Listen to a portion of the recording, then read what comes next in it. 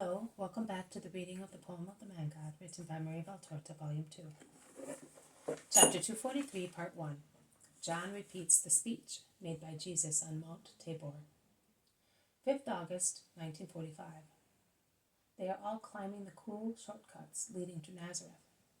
The Galilean hillsides seem to have been created that very morning, because the recent storm has washed them so thoroughly, and the dew keeps them shiny and fresh, so that they are all bright in the early sunshine. The air is so clear that all the details of the more or less distant mountains are visible, and there is a deep sensation of freshness and liveliness. When they reach the top of a hill, they delight in admiring the sight of a lake, which is most beautiful in the pure morning light. They all admire it, so does Jesus. But Mary Magdalene soon turns her eyes in a different direction, looking for something. Her eyes rest on the mountain tops lying northwest, but she does not seem to find what she is looking for. Susanna, who is beside her, asks, "What are you looking for?" "I would like to recognize the mountain where I met the Master." "Ask him." "Oh, it is not worth disturbing him. He is speaking to Judas of Kerioth." "What a man Judas is," whispers Susanna. She does not say anything else, but the rest is clearly understood. "That mountain is certainly not along this road, but I will take you there sometime, Martha." It was dawn, just like now, and there were so many flowers and so many people. "Oh, Martha, and I had the audacity to appear in front of everybody in that shameful dress and with those friends."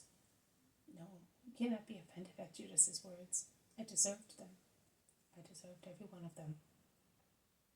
And the present suffering is my expiation. Everybody remembers, and everybody is right in telling me the truth. And I must be silent. Oh, if one only pondered before sinning. Who offends me now is my best friend, because he helps me to expiate. But that does not mean that he has not done wrong. Mother, is your son really pleased with that man?" "We must pray very much for him," so he says. John leaves the apostles to come and help the women at a difficult passage, where their sandals slip as the path is strewn with smooth stones, like reddish slates, and with glossy hard grass, which is very dangerous, as the foot has no grip on it. The zealot imitates John, and the women pass over the difficult spot, leaning on them. This is a rather difficult road, but there is no dust and no travelers on it, and it is shorter, says the zealot. "I know it, Simon," says Mary. "I came to that little village halfway up the hill with my nephews when Jesus was driven out of Nazareth," says the Blessed Virgin with a sigh. "But the world is beautiful from here. There is the Tabor over there, and the Hermon, and to the north the mountains of Arbela, and over there in the back the great Hermon. It is a pity that the sea is not visible as it is from Tabor," says John. "Have you been there?" "Yes, with the Master." John, through his love for the infinite, obtained a great joy for us, because on top of the mountain Jesus spoke of God so ecstatically that we had never heard the like before. And after receiving so much, we obtained a great conversion. You will meet the man too, Mary, and your spirit will be fortified more than it already is.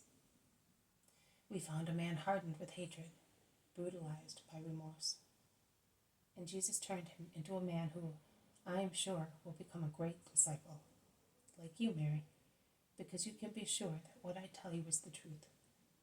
We sinners are more yielding to good, which envelops us because we feel the need to be forgiven even by ourselves, says the zealot.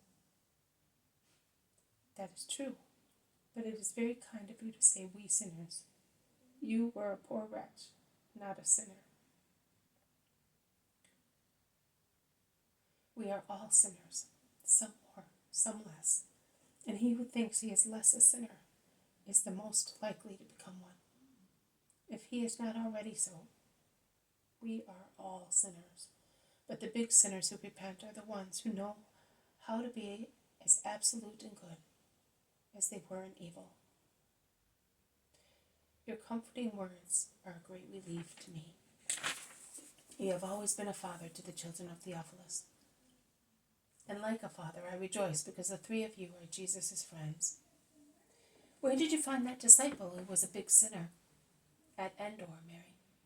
Simon wishes to ascribe the merit of so many beautiful things to my desire to contemplate the sea. But if John the elder came to Jesus, it is no merit of the silly young John. It is the merit of Judas of Simon, says Zebedee's son, smiling. Did he convert him? Asks Martha doubtfully. No, but he wanted to go to Endor and, yes, to see the cave of the sorceress. Judas of Simon is a very strange type. One must take him as he is, of course. And John of Endor led us to the cave and then remained with us.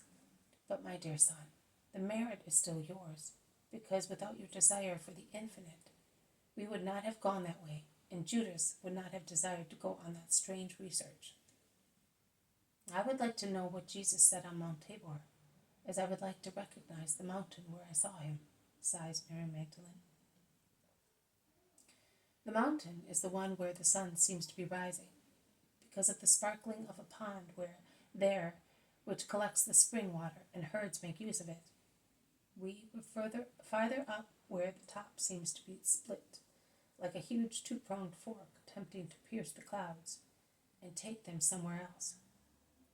With regard to Jesus' speech, I think John can repeat it for you. Oh, Simon, is it possible for a boy to repeat the words of God? No, it isn't for a boy. It is for you. Try to please your sisters and me as I love you. John blushes very much when he begins to repeat the speech of Jesus. This has been a reading from the Poem of the Man God, written by Maria Valtorta, Volume 2, Chapter 243, Part 1. John repeats the speech made by Jesus on Mount Tabor. Thank you for listening. I will see you tomorrow. May God bless you, and may peace be with you.